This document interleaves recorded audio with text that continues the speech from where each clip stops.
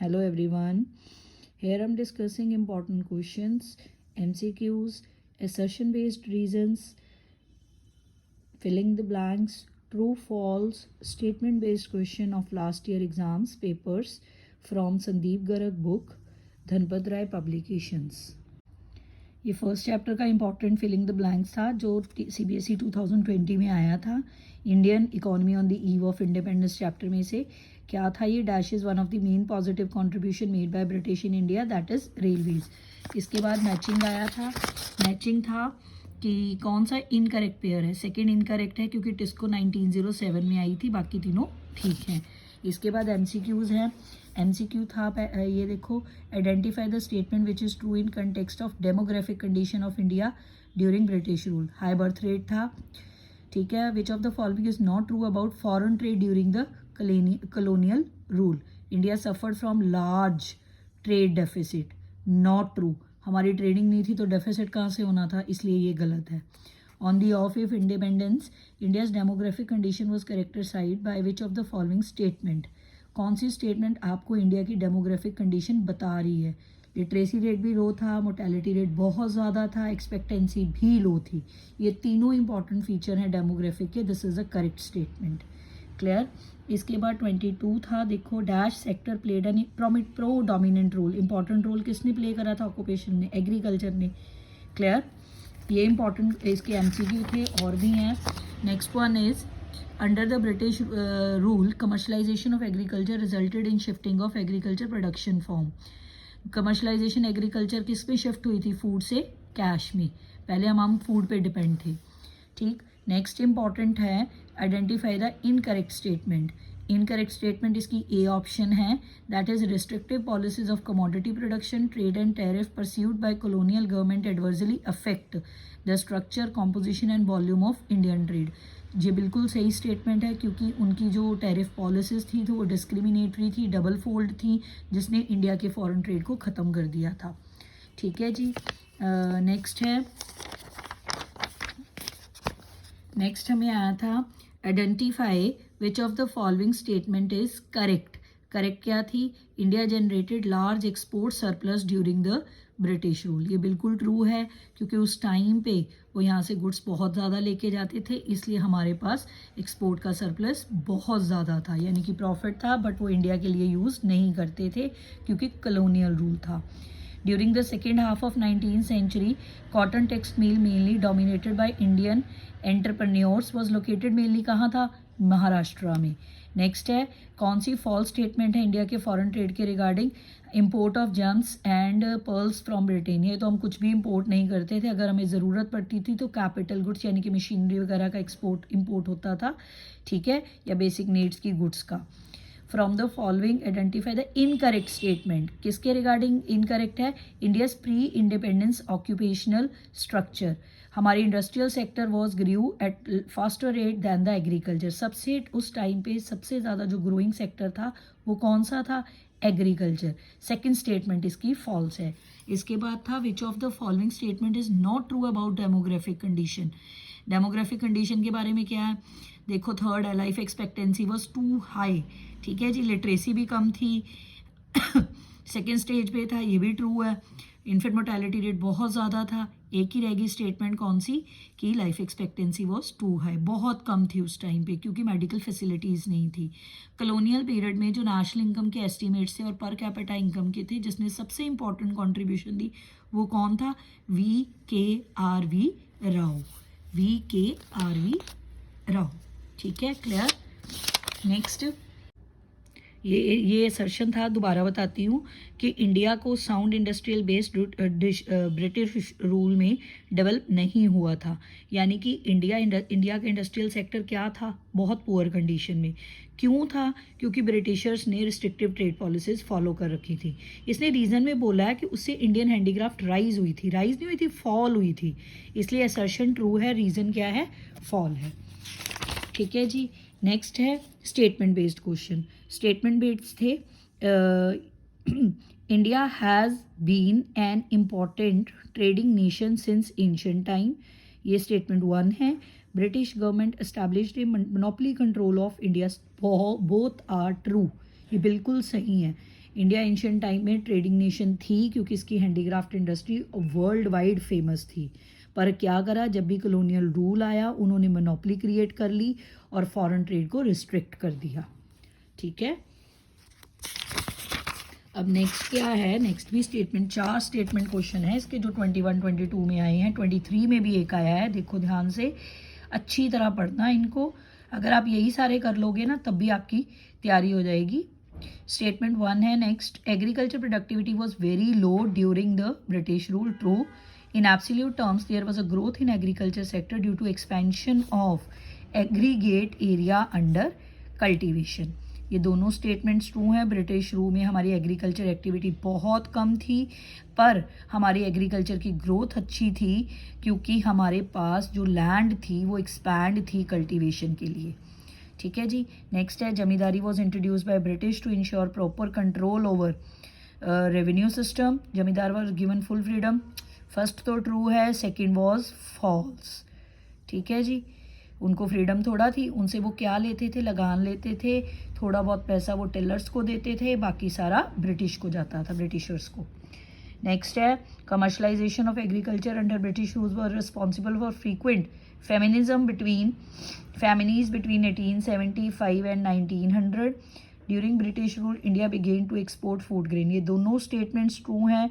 वो इस time period पे कमर्शलाइजेशन इंक्रीज हुई थी जिससे इंडिया का एक्सपोर्ट बढ़ा था फूड ग्रेन्स के लिए।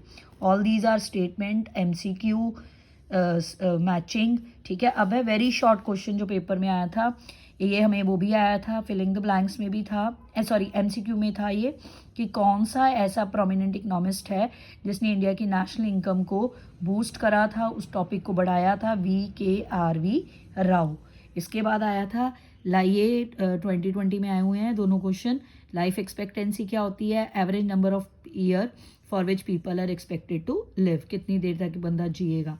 इसके बाद आप अब ये देखो इंपॉर्टेंट क्वेश्चन है, शॉर्ट टाइप कौन से आए हुए थे। First one, why was there low level of productivity agriculture during the British rule.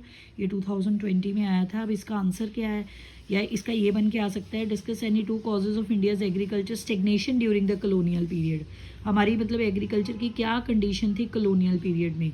इसके 2 रीजंस क्या हैं, commercialisation of agriculture products, zamindari system. अंग्रेज़ों ने ज़मींदारी सिस्टम शुरू कर दिया था, टिलर्स और सॉइलर में फ़र्क हो गया था। ठीक है जी, ज़मींदार क्या करते थे, लगान देते थे, फार्मर्स को बहुत कम पैसा देते थे, सिर्फ हैंड टू माउथ, यानी कि वो रोटी खा सकें, इसके अलावा कुछ नहीं देते थे। कमर्शलाइजेशन ऑफ फूड से हम कैश क्रॉप की तरफ चले गए थे, कॉटन जूट की प्रोडक्शन को बढ़ाने पे उन्होंने जोर दिया था एज़ कम्पेयर टू वीट और राइस की प्रोडक्शन को। These are the 2 important reason जिसकी वजह से इंडिया एग्रीकल्चर की पोजीशन स्टेगनेंट हो गई थी। नेक्स्ट देखो क्या था, mention 2 important features of India's occupational structure during the British period, या 2 salient features of India's pre-independence occupation structure। ये भी 2020 में आया था। इसमें क्या था, इसके भी 2 रीजंस क्या हैं, pre-dominance of primary sector, regional variations. इसका मतलब क्या है, प्री-डोमिनेंस प्राइमरी सेक्टर मतलब एग्रीकल्चर में लोगों को एग्रीकल्चर में लोग ज़्यादा काम करते थे, यानी कि एग्रीकल्चर सेक्टर उस टाइम पे प्रमोटेड था as compare to secondary sector. Regional variations क्या था, मैक्सिमम एरियाज़ में जैसे केरला, महाराष्ट्र, आंध्र प्रदेश में भी जो वर्कफोर्स थी वो एग्रीकल्चर सेक्टर की ज़्यादा थी। इंडस्ट्रियल सेक्टर तो उस टाइम पे डेवलप हो ही नहीं सका। नेक्स्ट है, state 2 fold motive for the systematic destabilization of Indian industries in British era, या 2 फोल्ड मोटिव क्या था डी इंडस्ट्रियलाइजेशन करने का। देखो उन्होंने डिस्क्रिमिनेटरी टैरिफ पॉलिसी को फॉलो करा था, वो 2 फोल्ड थी। वो 2 फोल्ड में था क्या, ड्यूटी फ्री एक्सपोर्ट करना रॉ मटेरियल का इंडिया से, और ड्यूटी फ्री इंपोर्ट करना फाइनल गुड्स का, पर हैवी ड्यूटी इम्पोज करनी हैंडीक्राफ्ट इंडस्ट्रीज़ पे। जब भी हैंडीक्राफ्ट इंडस्ट्रीज़ का एक्सपोर्ट होता था ना, उस पर हैवी ड्यूटी लगा देना। उससे हैवी ड्यूटी लगाने से वो चीज़ें महंगी हो जाती थी, उनका एक्सपोर्ट कम हो जाता था दूसरे देशों के साथ। तो इन्होंने क्या लिमिट कर दी उसको कि ब्रिटेन तक ही हैंडीक्राफ्ट भी जाए। ठीक है, these are the 2 fold motive. Clear. Next है, comment upon any 2 salient feature. अच्छा, एक 12th क्वेश्चन भी है, state and explain condition of Indian agriculture on the eve of independence. ये भी 2023 में आया। क्या कंडीशन थी इंडियन, स्टेगनेंट थी, ठीक है, लैक ऑफ इरिगेशन फैसिलिटी थी, लो इन्वेस्टमेंट थी, क्लियर, जमींदारी सिस्टम था. All these are the important reason due to which Indian agriculture remain stagnant during British rule. Next 13th है salient to features of foreign trade policy. Foreign trade policy क्या था? Exporter of primary goods and importer of finish goods. और दूसरा उनका full control था, यानी कि monopoly थी फॉरेन ट्रेड पे. लास्ट एक और आया था, डेमोग्राफिक कंडीशंस कैसी थी उस टाइम पे. ये 3 पॉइंट तो लर्न ही कर लो डेमोग्राफी के. Low literacy rate, high death rate, low birth rate, and third one low life expectancy rate. ठीक है, all these 3 are the important features of demographic. फिर शॉर्टफॉल क्या थे, यानी कि लिमिटेशंस क्या थी इंडस्ट्रियल पॉलिसी की? डिइंडस्ट्रियलाइजेशन, डिस्क्रिमिनेटरी टैरिफ पॉलिसी लिख देना. ठीक है, इसमें भी आप लिख सकते हो कि adverse effect on handicraft industry. इसमें यह बता देना कि हैवी टैक्स लगाते थे जब भी इसको एक्सपोर्ट करा जाता था. पब्लिक सेक्टर के रोल को लिमिट कर दिया गया था, सारा कंट्रोल ब्रिटिश के अंडर था. अगर पब्लिक सेक्टर इंटरवीन करती थी तो वो लिमिट के सेक्टर्स में करती थी, लाइक इलेक्ट्रिसिटी जनरेशन, रेलवेज में. Lack of capital goods industry, India के पास कैपिटल गुड्स इंडस्ट्री को डेवलप उन्होंने करा ही नहीं. उन्होंने टारगेट रखा एग्रीकल्चर सेक्टर में, वो भी कैश क्रॉप्स की तरफ, बाकी सबको इग्नोर करा. All these are the important question of chapter. अब इस चैप्टर में इंपॉर्टेंट क्या है, इंडियन इकॉनमी, मतलब इंडियन इकॉनमी में चैप्टर में कौन से टॉपिक्स कवर्ड हैं? Economic planning, goals of 5 year plan, agriculture condition, industrial development, foreign trade और आईपीआर इंडस्ट्रियल पॉलिसी रेजोल्यूशन की क्या कंडीशन थी, क्या फ़ायदे थे, क्या नुकसान थे. अब फर्स्ट वन जो क्वेश्चन था वो कौन सा आया था इस चैप्टर में से? Rational behind equity with growth.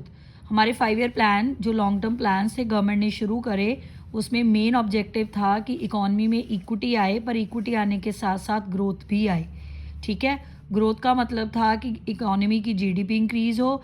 Equity का मतलब था इनकम और वेल्थ में जो इनइक्वालिटी क्रिएट हुई है, रिच और पुअर का जो गैप ज़्यादा है वो कम हो. This is the main objective. ये 2020 में आया था. नेक्स्ट क्वेश्चन जो 2020 फाइनल्स में आया था वो था how institutional reforms played an important role.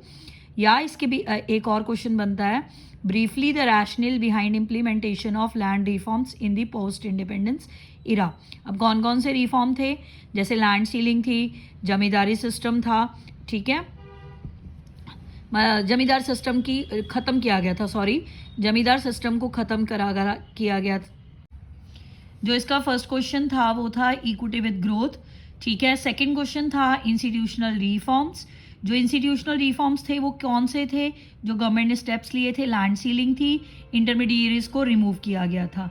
Next था कि import restrictions were imposed in India with the dual objective to save foreign exchange reserve and to be self sufficient. ये भी लॉन्ग टर्म ऑब्जेक्टिव था कि self sufficiency, इसमें वो लिखना है. ठीक है, कि इम्पोर्ट सब्सिट्यूशन किया जाए, टैरिफ और कोटा लगाया जाए ताकि इम्पोर्ट को रिस्ट्रिक्ट हो जाए इम्पोर्ट, और इंडिया में डोमेस्टिक प्रोडक्शन को इंक्रीज़ करा जाए. क्लियर, ये भी 2020 में आया था.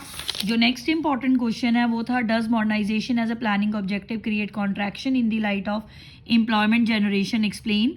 या ये आ सकता है ऐसे बन के, modernisation as a planning objective shows a dichotomy with the employment generation justify. ये स्टेटमेंट बिल्कुल सही है. अगर मॉडर्नाइजेशन होगी तो कैपिटल इंटेंसिव टेक्निक्स होंगी, तो लेबर इंटेंसिव कम हो जाएंगी, जिससे इकॉनमी में अनएम्प्लॉयमेंट इंक्रीज होगी. ये भी 2020 में आया था. नेक्स्ट है why was it necessary for a developing country like India to become a self reliance as a planning objective या रैशनल बिहाइंड. ये देखो, ये रिपीट हुआ क्वेश्चन सेल्फ रिलायंस वाला. वही था कि इसमें क्या करा जाए सेल्फ रिलायंस करने के लिए, फॉरेन डिपेंडेंस को कम करा जाए. अगर फॉरेन डिपेंडेंस कम होगी तो फॉरेन इंटरफेरेंस भी कम होगी. ठीक है, this is the main reason कि गवर्नमेंट चाहती थी कि India should be self reliant. Clear, ये भी 2020 में आया था. ये शॉर्ट क्वेश्चन थे. नेक्स्ट इसके फिलिंग द ब्लैंक्स है. Dash refers to a policy of replacement और substitution of imports by domestic production. कौन सी पॉलिसी है? Inward looking trade. या इसकी जगह ये भी आ सकता है, dash policy was implemented in first 7 year plans of India to protect domestic industry, that is import substitution. ठीक है, नेक्स्ट जो था वो है policy of import substitution was targeted to protect dash industries. कौन सी इंडस्ट्रीज थी? डोमेस्टिक. नेक्स्ट था डैश पॉलिसी फॉलोड इन, ये भी रिपीट हुआ कि इम्पोर्ट सब्सिट्यूशन आएगा, इसमें भी import substitution. Next important question है fixing of maximum land holding for an individual, उसे क्या बोलते थे? Land ceiling. ये one of the important land reform है. जो नेक्स्ट ट्रू फॉल्स आया था एक, land ceiling fixing the minimum limit of land holding for an individual. Minimum limit of land holding for an individual, ये minimum नहीं थी, ये फॉल्स है. लिमिट क्या थी? मैक्सिमम. लिमिट क्या थी? मैक्सिमम. याद रखना. ये देखो अभी ये सेम फिलिंग द ब्लैंक्स भी था. देखो इसमें मीनिंग है ना फिक्सेशन ऑफ मैक्सिमम लैंड, इसमें वर्ड क्या लिखा हुआ है? Minimum land. तो ये भी फॉल्स है.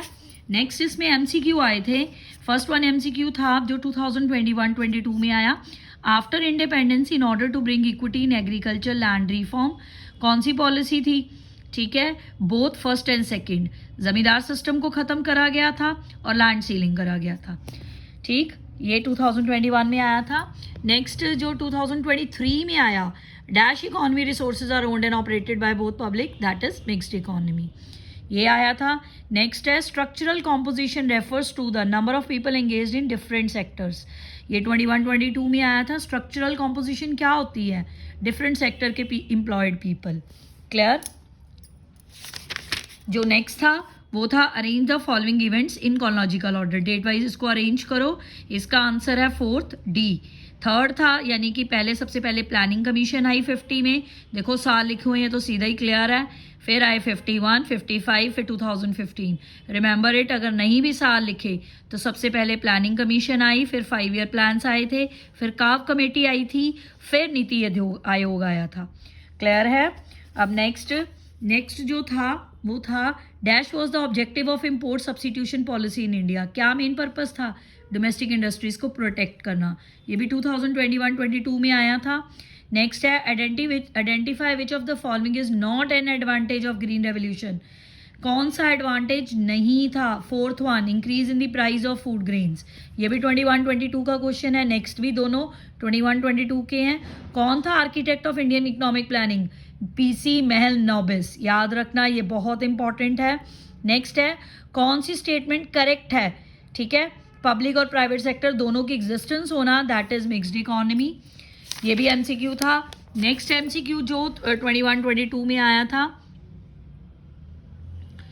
in India agriculture subsidies have always been a topic of debate among the economic thinkers. Identify which statement is not a correct regarding the agriculture subsidies in India. ये था कि subsidies इन्होंने correct, not an argument in favour of, यानी कि जो statement इसके regarding favour में नहीं है या इनकरेक्ट है वो बोलो. ये है कि सब्सिडीज ने किसको बेनिफिट सबसे ज़्यादा दिया था? फर्टिलाइजर्स इंडस्ट्रीज और बिग फार्मर. ये इसका डिसएडवांटेज भी है, स्मॉल और मार्जिनल फार्मर्स को कोई बेनिफिट नहीं हुआ था. नेक्स्ट है कोई वैलिड रीजन दो इंडस्ट्रियल पॉलिसी रेजोल्यूशन की, यानी कि IPR 1956 की, जो वैलिड स्टेटमेंट इसकी नहीं है वो है goods produced by small scale industries were deserved, ये करेक्ट नहीं थी. IPR ने शेड्यूल बनाए थे 3 कैटेगरीज के, इंपॉर्टेंट इंडस्ट्रीज को डिवाइड करा था 3 कैटेगरीज में. उसने स्मॉल स्केल इंडस्ट्रीज के रिगार्डिंग ऐसा कुछ भी नहीं बोला था.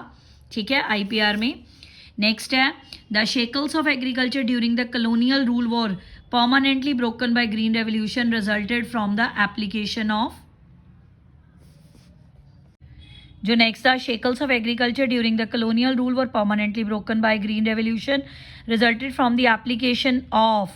अब बताओ क्या करा गया था? सबसे पहले high yielding variety, second mechanism of agriculture, third chemical fertilisers and pesticides. B alternative था इसका, जो हमारा मतलब ग्रीन रेवोल्यूशन ने कॉलोनियल रूल में ब्रेक करा था. ठीक है. Next identify the incorrect statement. Incorrect, Russian economic model was the base for the economic, नहीं, ये गलत है. ये रशियन इकोनॉमिक मॉडल को इंडिया ने कभी भी फॉलो नहीं करा. नेक्स्ट है in 1951 agriculture contribution to India's national income was highest among the 3 sectors. 51 में जो इंडिया की जब भी GDP निकाली गई एग्रीकल्चर कॉन्ट्रीब्यूशन सबसे ज़्यादा थी तीनों सेक्टर्स में से. नेक्स्ट 51 क्वेश्चन है, from the following alternatives identify the correct full form of नीति इन नीति आयोग। इसकी फुल फॉर्म थी national institution for transforming India, ठीक है, यानी कि सी ऑप्शन। नेक्स्ट था identify which of the following alternative is not associated with the goals of economic planning in India. क्या है? Not associated. कौन सा ऐसा गोल है जो प्लानिंग का नहीं था? Promoting imports of luxury goods, ये गलत है, ऐसा हमारा कभी भी प्लान नहीं था। जो नेक्स्ट इंपॉर्टेंट क्वेश्चन था वो था फर्स्ट फेज में ग्रीन रेवोल्यूशन में output was restricted mainly to wheat and rice, ठीक है। All these are the important MCQ, clear. Next है, जो नेक्स्ट है चैप्टर में वो है असर्शन रीजन। असर्शन रीजन देखो, purpose of licence policy was to promote region equality. This is true. The motive of licensing was to monitor and control the industrial production. ये बिल्कुल सही है दोनों, पर ये असर्शन का लाइसेंस पॉलिसी का प्रमोट करना, दोनों स्टेटमेंट्स ट्रू हैं। असर्शन और रीजन दोनों सही हैं, पर रीजन उसकी करेक्ट एक्सप्लेनेशन नहीं है। बी ऑप्शन है इसकी, लाइसेंस पॉलिसी का रीजनल इक्वालिटीज को खत्म करना मेन पर्पस था, ठीक है। मेन पर्पस रीजनल इक्वालिटी को खत्म करना था, मॉनिटर और कंट्रोल करना भी था, पर मेन मोटिव नहीं था। दैट्स वाई रीजन गलत है।